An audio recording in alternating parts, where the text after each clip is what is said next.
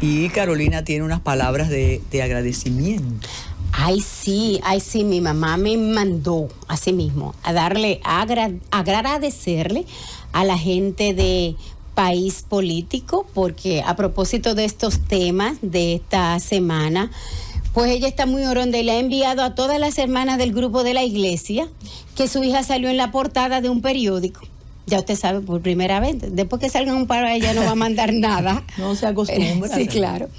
Pero sí, a propósito de la ley, y oiga el título, Carolina Ramírez, hay que hacer los ajustes para que la ley 124 no afecte la libertad de expresión. Todos no la entienden a usted cuando habla de esa ley.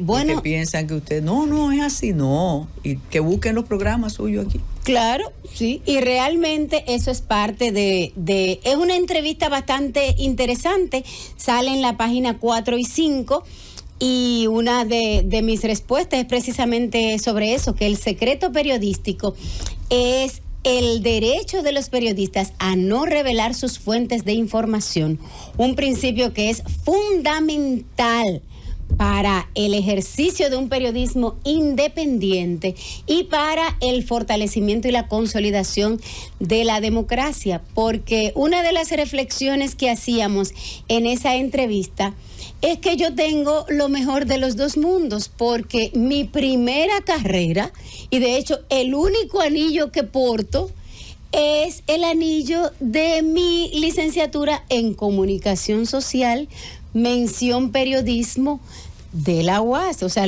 mi primera formación es como periodista. Y luego, entonces, desde el 2005 hacia acá, empecé a especializarme, a trabajar, a colaborar y a asesorar en los temas de seguridad. Entonces, me da la oportunidad de valorar la importancia de la libertad de expresión, la importancia de la libertad de prensa y comprender también las ventajas que tiene el que República Dominicana por fin tenga su sistema de inteligencia normado por ley. Ahora, de que la ciudadanía tiene que estar enterada de qué, en qué consiste esto, claro que sí que tiene que estar enterada, así que bueno, váyase al portal de la Z y busque los programas y ahí usted va a comprender cuáles son los ajustes y volviendo que habría que hacer en el reglamento. Al derecho a no revelar la fuente, me sorprende muchísimo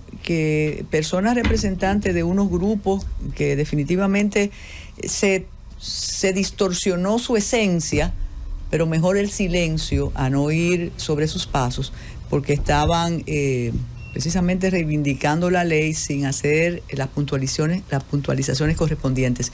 Me decía una prestante abogada esta mañana que si no me sorprendía, no, a mí no me sorprende, porque en la medida que tú dejas de ser no partidista, tienes que soplar el fuego de tus intereses, y esa organización lo está haciendo muy bien, porque además el descrédito a ellos no le cae. Ellos son invulnerables y la coyuntura los prepara. Un saludo muy especial a un amigo que debe estar en sintonía, que es don Roberto Monclús. A veces se nos va, pero desde el año pasado no lo veo, así que un abrazo. Pero aquí los astros convergen, y en medio de toda la discusión sobre seguridad ciudadana, cuál derecho va primero, cuál después y cuál al mismo tiempo, Carolina comentaba el acto de presentación de este acopio, la seguridad ciudadana en República Dominicana. Y hoy tenemos dos personas, aparte de Carolina, me da la impresión como que los entrevistaría a las tres, pero no voy a caer en eso, para comentar la importancia y la pertinencia de este acopio, de las ponencias, de aquella actividad y de esta presentación. Carolina, denle la bienvenida. Bueno, es que imagínese, entonces, ¿verdad? Porque lo que sucede es que yo también fui parte. Pero ya usted fue entrevistada aquí, sí, no sé, claro. Revista. Sí, bueno, lo que sucede es que este foro por la seguridad ciudadana en la República Dominicana, ese foro internacional 2023, que se realizó en la Biblioteca Nacional el 15 de febrero del año pasado, tuvo entonces como resultado esta publicación de este interesante documento que conversamos la semana pasada, este libro, y hoy están con nosotros entonces el doctor Dunker, que es de esta casa, de la familia de la El controversial doctor Dunker. Sí, hay que decir así. Bueno, muy querido y muy amigo. Porque don Humberto es más sosegado, ¿no? Es bueno, sí, don Humberto Peralta. Menos radical. ¿Qué va? No se sabe. Que también es un especialista en los temas de seguridad. Usted tuvo que ver con la conformación de las mesas temáticas y con todo aquello. ¿Cómo fue la experiencia? ¿Y quiénes van a aprender con este compendio? ¿A dónde ustedes lo van a llevar y dónde podemos seguir discutiendo el contenido? Bienvenido. Gracias, doña Carmen. Muchas gracias, Carolina. Y gracias, Roberto Monclús, porque también te fajaste para que nosotros pudiéramos estar presentes aquí. Gracias a todos que puedan escuchar en este momento este tipo de análisis que vamos a hacer sobre esta propuesta, que es una perspectiva de lo que nosotros le marcamos como una exploración sobre la seguridad ciudadana. Y por eso es que marcamos un foro donde se discutan ideas basadas en experiencias de países hermanos y que conjuntamente con República Dominicana puedan verter lo que podría ser ideas esclarecedoras que nos conduzcan a tener entonces perspectivas mucho más razonables sobre la seguridad ciudadana.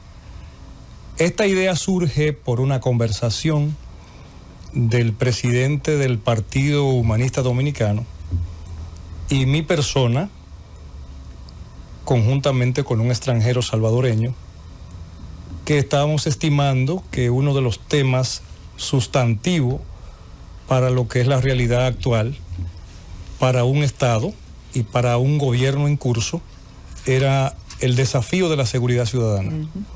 En base a eso se nos ocurre que era bueno desarrollar un foro que nos permitiese tener otras experiencias, ya que hayan aplicado en su discurrir lo que representaba para ello una respuesta a la inseguridad de sus países. Se nos vino a la mente lo que estaba pasando en El Salvador, y el gobierno del Salvador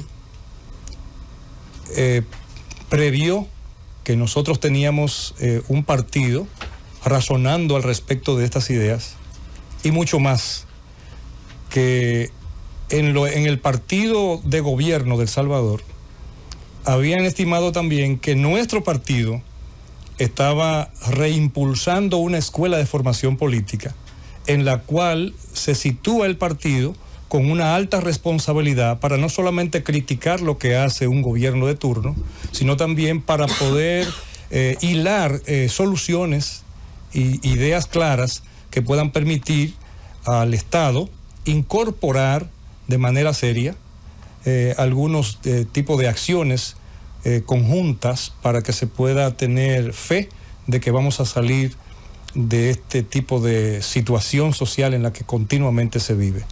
Entonces, por eso este foro tomaba carácter internacional y había que incluir otros países. Eso fue el año pasado. Sí. Muchos acontecimientos han sucedido también. Yo me imagino que luego de tener las ponencias preparadas y la experiencia, han visto también la intención de parte de organismos gubernamentales, estatales, de transformar y de tratar de enfrentar la inseguridad ciudadana, con flaquezas, con intentos, algunos logros, pero eso está ahí.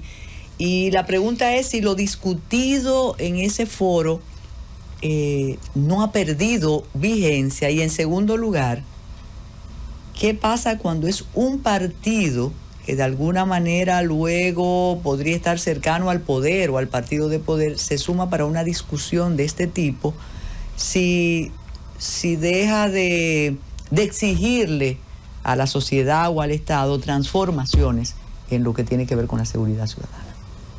De hecho, primero, un foro surge para una exploración, y para eso nos basamos en las experiencias que se estaban marcando contextualmente es en los países de El Salvador, de México, de Colombia, de una especie de experiencia del comisionado de policía de uno de los condados de Nueva York y la República Dominicana, por lo que era importante la atención del Ministerio de Interior y Policía en este tipo de trabajo, y por eso acudimos a este ministerio para que se hiciera representar también. Doctor Dunker, a veces uno piensa que ya la ciencia suya perdió vigencia porque no hay posibilidad de analizar con calma los fenómenos que nos dan en la cara, que nos tocan la puerta. Y como dice uno de los exponentes que el oficialismo ha asumido de ese mundo ágrafo y de adictos, no necesitamos consejos sino billetes, porque con los consejos no se vive. ¿Cómo desde la perspectiva psiquiátrica usted ve la seguridad ciudadana? Muy buena pregunta, gracias por la invitación. Mira, yo quiero más que psiquiátrica desde la psicología social, es decir, desde el comportamiento humano. Y yo quiero citar una frase que aparece en el libro: la salida no es sanar un órgano, sino sanar el organismo. Es una expresión que usa el doctor Dunker en su introducción a los ponentes internacionales, porque solemos ver el tema de la seguridad ciudadana como una parte aislada que se puede manejar independientemente de lo que pase en el país. Para nosotros es importante que se vea el país, cómo funciona el país. O sea, no es posible tener seguridad ciudadana si en el país hay un desorden general. Entonces, todo lo que hagamos para mejorar el orden nacional va a mejorar no solo la seguridad ciudadana, sino el tránsito. Es otro tema que se ha puesto sobre el tapete y que me permito o sea, los estudios sociales indican que cuando mejora una cosa, mejora la otra.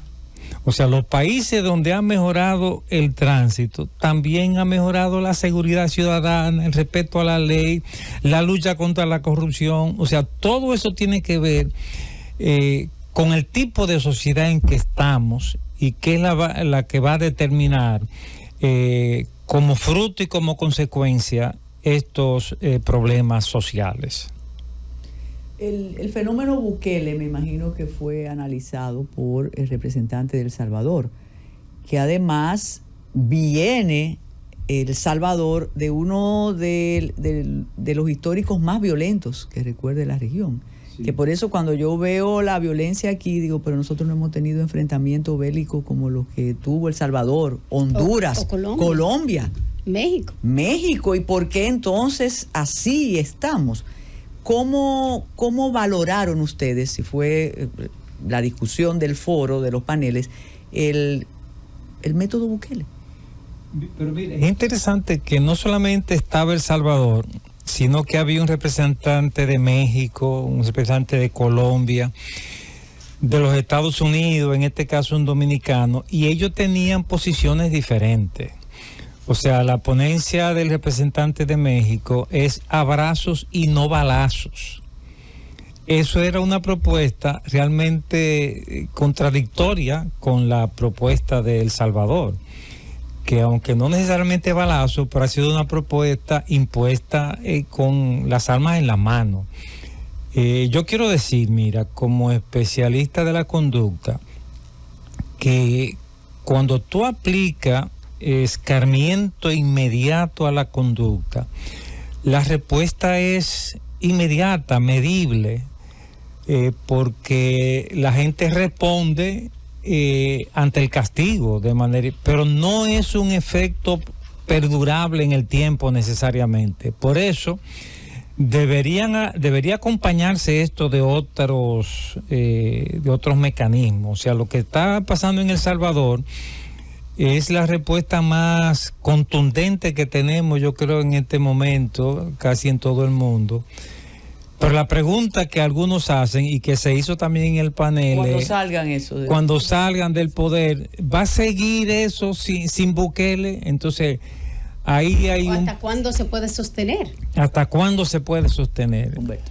Sí, hay que ver que en física decimos, a cada acción equivale una reacción. Y de hecho, lo que es la experiencia de El Salvador es muy diferente con la experiencia de México, porque el territorio de México es mucho más amplio y además la población de 130, 140 millones, se aplica una metodología así y se puede abrir una guerra hasta latina, de toda Latinoamérica. Pero en El Salvador, hasta donde llegó el espectro de la violencia, significaba que la policía de aquel lugar y el gobierno actuante debía de buscar una solución inmediata, como dice el doctor, tenía que recurrir a una acción de esa acción. Y por eso produce un efecto positivo. Pero en países como los nuestros, deberíamos de pensar qué se adapta a nuestra situación para que se tomen medidas parecidas. Por eso el foro lo que buscaba era la experiencia de cada uno. Ahora a nosotros nos cuesta, dentro de esta exploración, ir construyendo algunos focos de acciones, como por ejemplo, nosotros nada más no podemos ver el efecto después de que sucede, como un castigo, que yo llamaba en un discurso el garrote de Trucutú, que la policía puede ir en escarmiento de una situación que ya es una enfermedad, sino que tenemos que trabajar para la alta seguridad ciudadana, el perfil de lo que sería la prevención del acto violento. Y para ello, desde que usted tiene una verja en su casa a nivel urbano, lo que implica que usted tiene miedo a que se entren en su casa. Ese miedo genera entonces una voluntad de acción. Por eso entonces, mientras tengamos enverjado y nuestras aceras estén llenas de ¿cómo se llama? De venduteros y de cosas buhoneros, no reguladas, de hecho tenemos un foco de violencia. Y por tanto también los auscultamientos de las acciones de cuello blanco, de aquellos tipos de actos de corrupción donde molesta al que tiene menos, de verdad eso también son focos de alta violencia. Por ello, decía Ocmandino en un texto, vive una vida tal que si el mundo fuera como tú, esto fuera el paraíso terrenal. Como no vivimos eso, el gran desafío que tenemos como sociedad es trabajar en el proceso de reconstruir la ciudadanía dominicana, porque República Dominicana puede ser el vanguardista de todo el Caribe y de toda América Latina sobre actos sociales, porque lo está demostrando con su sistema democrático. Y ante eso podemos nosotros ensayar cosas que no están en esos países que estamos explorando. ¿Y puede haber democracia con violencia e inseguridad ciudadana? Dice que la política es la sustitución de la guerra. Si usted tiene un país que no está que ha evitado un conflicto armado, significa que está accionando la política. Por tanto, hay una política en acción que permite que veamos un histórico de la democracia, porque desde hace unos 60 y tantos de años hemos podido tener traspasos de mando, hemos aspirado a hacerlo por el sufragio, es decir, hay una voluntad social de que la República respeta la Constitución. Carolina. Mire, yo como especialista en seguridad y que durante los últimos años, los últimos 15 años he decidido quedarme en la parte técnica como especialista en este tema que presta servicio para el Estado, y no importa el gobierno que venga, al final el tema de seguridad ciudadana es para el Estado, por lo tanto no importa, yo estoy muy feliz con ustedes como organización política, porque con todas las organizaciones políticas tengo que colaborar. Pero por otro lado, a ustedes como partido político, en esta época electoral, supongo que cualquier persona que esté escuchando el programa dirá, pero esta gente en un proceso electoral, en vez de estar haciendo campaña política proselitista, están vergando con un foro y un libro en vez de estar promoviendo un candidato. Ustedes están ocupando su tiempo de manera productiva. viéndolo desde el punto de vista de un partido político tradicional de la República Dominicana. Perdón, doctor, déjeme... Responda a eso. Sí, porque como que me están enfocando. Que yo soy secretario nacional de Educación y Doctrina del Partido Humanista Dominicano y por supuesto quien está dirigiendo la escuela de su formación política. A Dios rogando y con el mazo dando. Claro. No podemos, porque esté el proceso electoral, detenernos en el perfil de lo que es la formación política y de lo que es la aspiración a una construcción de ciudadanía. Pero como el doctor Dunker es un probado colaborador de estos temas, inmediatamente se ha sumado a entregarnos sus experiencias y su visión sobre algunos textos que él tiene sobre la cultura dominicana y ha podido introducir el debate, darle introducción a lo que fue el debate de la ponencia de cada uno de estos países. Y por eso el doctor Dunker puede decirnos en contenido que nosotros continuaremos esta fase interna de preocupaciones, en lo que también el partido también tiene otra facción de sumergirse en el momento coyuntural de las elecciones. Porque faltan 25 días, ¿no? Es más o menos como para el proceso. El 18 las municipales. Sí, y el tercer domingo de mayo. De un libro cuando las otras gente andan en una camioneta. Ellos están sumados. Adelante, doctor. Bueno, ellos están sumados, ellos no tienen que preocuparse. Muy buena tu observación, Carolina. Mira, yo precisamente estoy aquí acompañando a Humberto y al PhD, porque ellos están ensayando una manera diferente de hacer política. Ellos son un partido pequeño, pero están hablando de hacer política de una manera diferente. Entonces, debo decir que este documento que se pone en circulación va a servir de base en una segunda convocatoria este mismo año, para entonces sentarnos a analizar estas propuestas a la luz de lo que ha pasado en el mundo y sacar conclusiones específicas aplicables a República Dominicana. De toda manera, me permito mencionar 3 elementos que la historia de los países muestra que son fundamentales para que se produzca un cambio en la mentalidad de la gente. O sea, para tú lograr una cultura de orden en un país, tú tienes que aplicar ciertas medidas que va a poner a cambiar a la gente. Mira, que nosotros hemos vivido cambios de gobierno, pero es a veces la misma gente la que está haciendo las cosas, tú ves, con unos mismos patrones de conducta. Sí, es que la gente se cambia la camiseta. Y entonces la pregunta es si es posible cambiar ese patrón cultural. Y yo quiero sugerir 3 cosas para que otro día las ampliemos, que en la historia de los pueblos han sido determinantes para un cambio de actitud general de la población. Mira, en primer lugar, si tú quieres un cambio en República Dominicana en el patrón cultural, tú necesitas modelos, o sea, ejemplo en los líderes de la sociedad. Ni siquiera espirituales hay ahora. Bueno, hay pero pocos, tú ves. Pero de todas maneras, cuando tú tienes ejemplo en el liderazgo a todos los niveles, ya está demostrado que hay reproducción de ese fenómeno. O sea, en una empresa, si los gerentes cultivan ciertos valores de manera sistemática, los otros empleados terminan siguiendo ese modelo y se forma una cultura organizacional. Eso puede pasar en el país. Ese es un primer elemento. Ejemplo de liderazgo en asumir las reglas. En segundo lugar, necesitamos una sociedad que dé estímulo a lo que hacen las cosas bien hechas, no a lo que son del partido o de mi familia. Eso es lo que Lin Kuan Yew llamó meritocracia. O sea, una sociedad que premia lo que se portan bien, que la beca sea para los mejores estudiantes, que los puestos sean para los mejores empleados. O sea, si tú tienes ejemplo del liderazgo y a eso tú añades estímulo a los que hacen la cosa bien hecha, solo te falta una cosa que es la que Bukele ha aplicado con más efectividad, y es el escarmiento.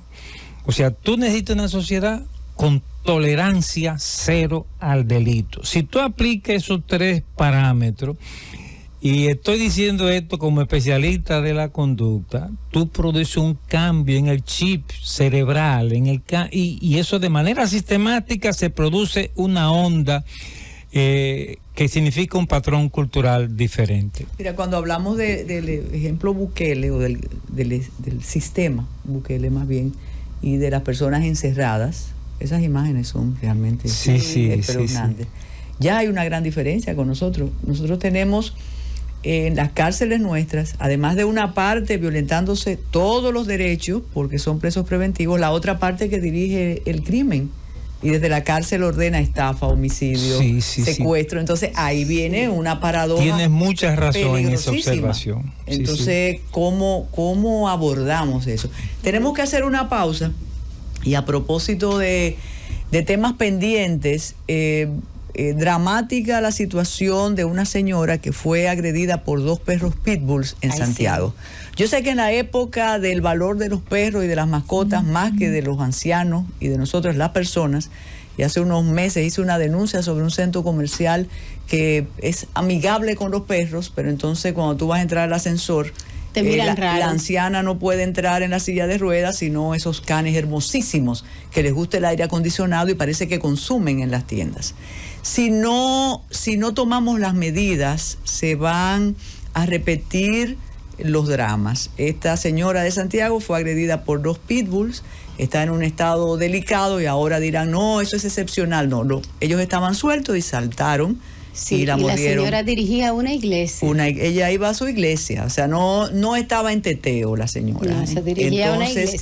Yo sé que es muy delicado porque ahora, reitero, un perro vale más que cualquier persona aquí, pero atención, porque eso es muy delicado. Tenemos que hacer una pausa y usted no se imagina la cantidad de preguntas y de comentarios con vuestra participación. La pausa, Francis.